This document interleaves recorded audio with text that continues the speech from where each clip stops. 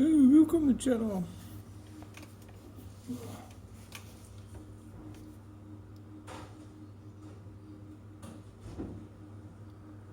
I've had this mocha today that I'm not too keen on that. Yeah, we'll go and get coffee in a minute. Yeah.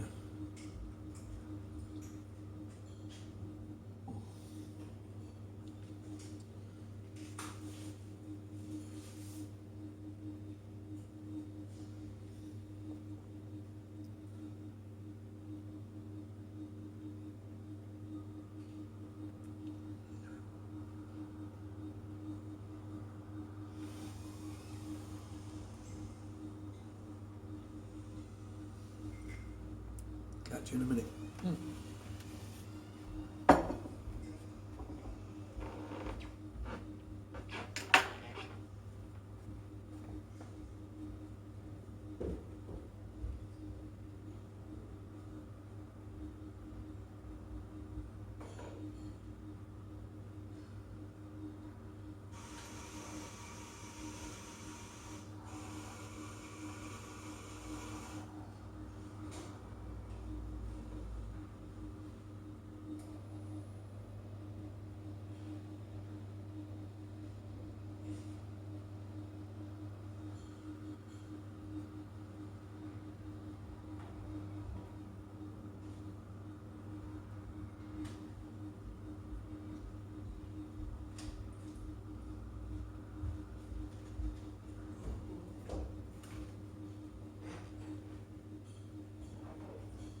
Mad cyclists.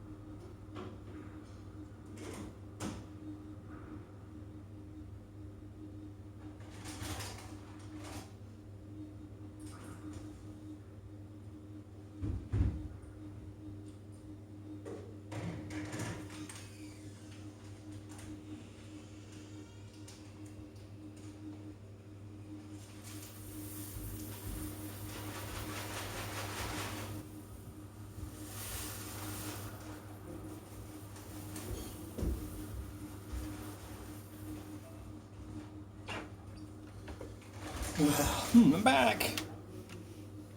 Right, how's things going? See anything interesting? I think I'll just video the rest of my life. Why not, eh? Just video everything.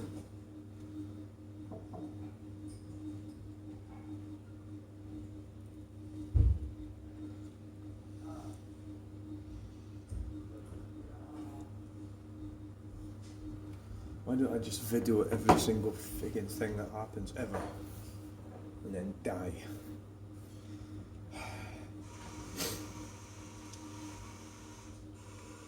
Is this a channel update?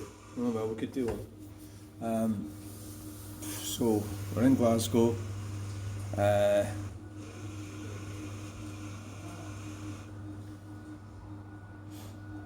mean, maybe that's the way things are going. And you know how random thoughts come into my head, and a random thought came in when I seen that lady, that we all live, like she's probably got a pretty good life, somewhere to live and nice clothes and got a job, but so we don't really need community. So the way things are going, the communities are sort of crumbling. That was city centres, town centres, village life, and we live in these sort of comfortable, what are they, brick and wood structures where we don't really need to leave them. You know, you can use your device and order pizza or something. Take away prostitute and drugs. All these things can be ordered and just delivered. Not a problem. Easy, you know, so you don't really need a community as such.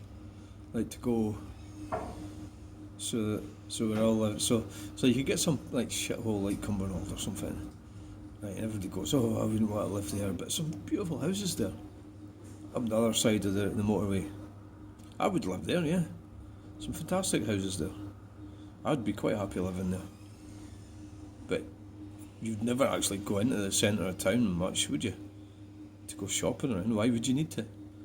When you get in your car and drive on the motorway and go somewhere else. Or get everything delivered. If somebody comes to visit you and you want to take them out for lunch, you just drive to some... This is how this war on the motorists is not going to work. It's just shifting all the pollution around. That's what it's doing. It's never going to work. It's nuts. It is a good way to scam money out of them, yep. And that's what's happening. Yeah.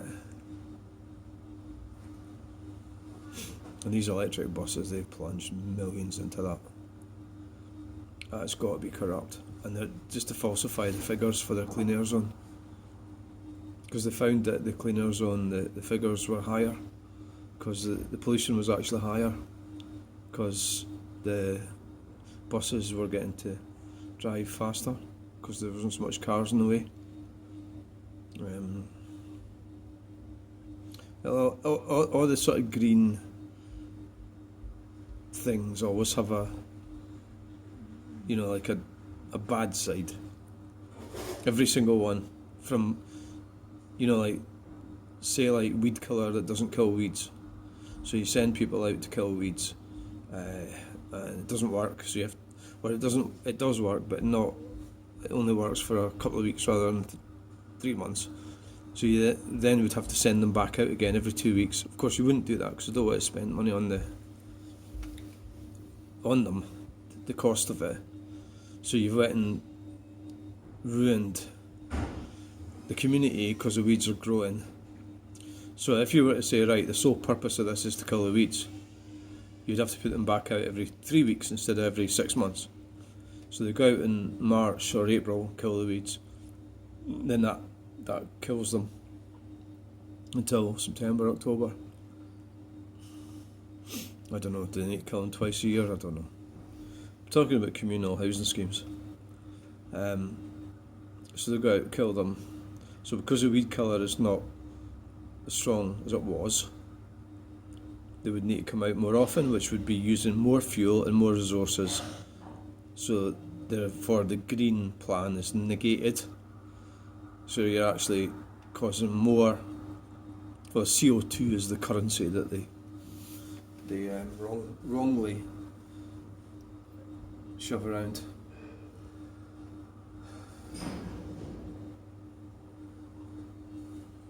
So you're actually creating more CO2 because you change something. So all things like that, green policies, have always got a hitch or here's the downside. Electric cars have been the worst example. They are actually insanely bad for the environment. So they lie about that as well. And one of the biggest problems with them is that the batteries need replacing. So if you work out the carbon cost, when they do the figures, they don't include the fact that you've got to buy a new battery, which has to be made using materials from Earth and then replaced. So not only monetary cost could be 15, 16, 17,000 pounds. The cost to the planet, to the infrastructure, to everything is, wow, what time is it? something that they keep out of their figures. So that's a scam. That's why politicians and they are committing fraud. Somebody said to me yesterday, corrupt. I called them corrupt. And he says, what do you mean corrupt? And I says, well, spreading false data and malfeasance in office. It's quite widespread. Net zero is an example of that. It's false. It's lies. You know the thing they keep going on about Nazis? They still do that all the time. I don't see how. I think the Nazis would be proud of them. Some of the things they've done. I think we need to stop going about Nazis, because some of the stuff that's happened is worse than what the Nazis did, or equally bad. That's a fact. So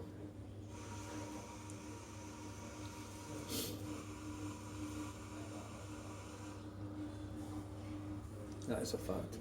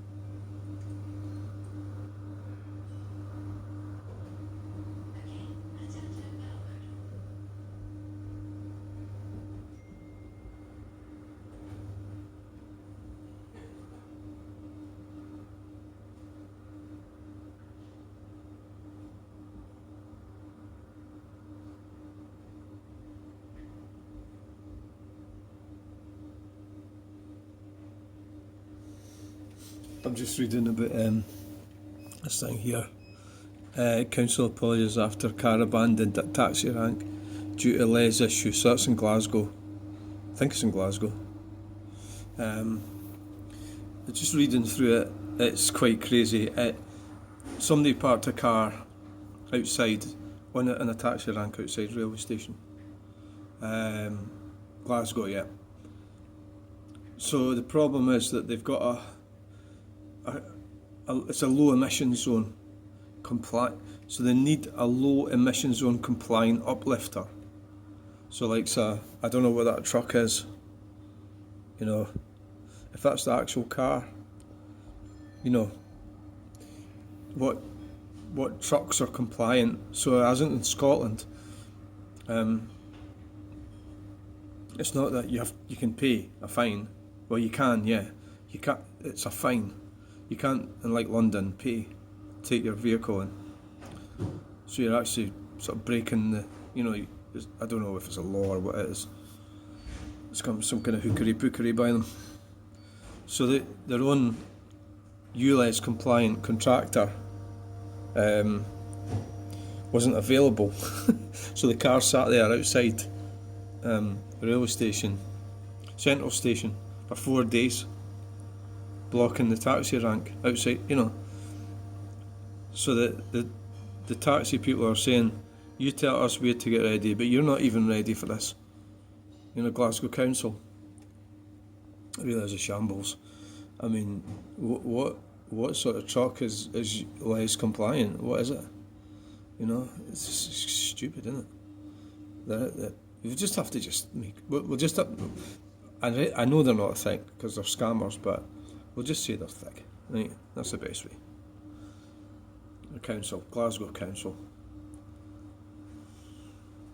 So the union has previously said the city's LES is forcing hundreds of taxis off the road as many vehicles aren't compliant. The council said the trade has enough time to prepare and has been supported through the process. Crazy stuff. It really is. It really is crazy. Yeah. It's insane what they're doing. So I don't know what truck is LES compliant. You know, most trucks that I know of use diesel engines, and they have to because that's the only efficient form of power we have for them to get them to carry the weight that they carry and do it in a reasonable cost. You know, so all the figures behind electric stuff they're absolute waste of time. You know, you get an electric truck, you would be lucky to be able to get up the road with it. Go up a hill or something, it would just die. So the cost of it and everything, the whole thing comes down to physics anyway. Where does the power come from? It comes from coal power stations. So I don't know what trucks are ULEZ compliant. You know, they did have a lot of fancy stuff in the diesel engines over the years, emissions stuff. Maybe it's got something like that in it, I don't know. More stupidity.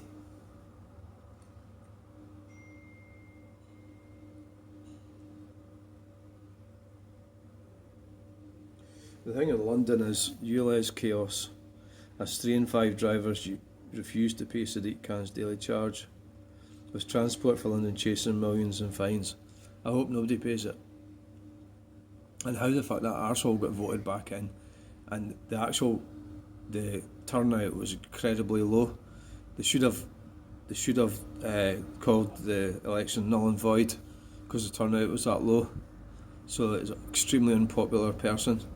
I don't know, it's must be a bunch of idiots that voted for him in London. You know, well, I don't want to say anything, but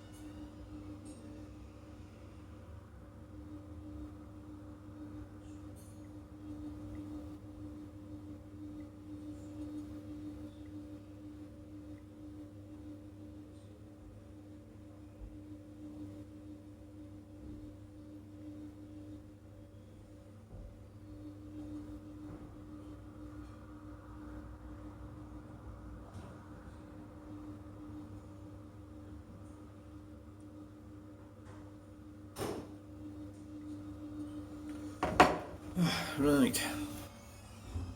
Again, thanks for watching that video. Bye!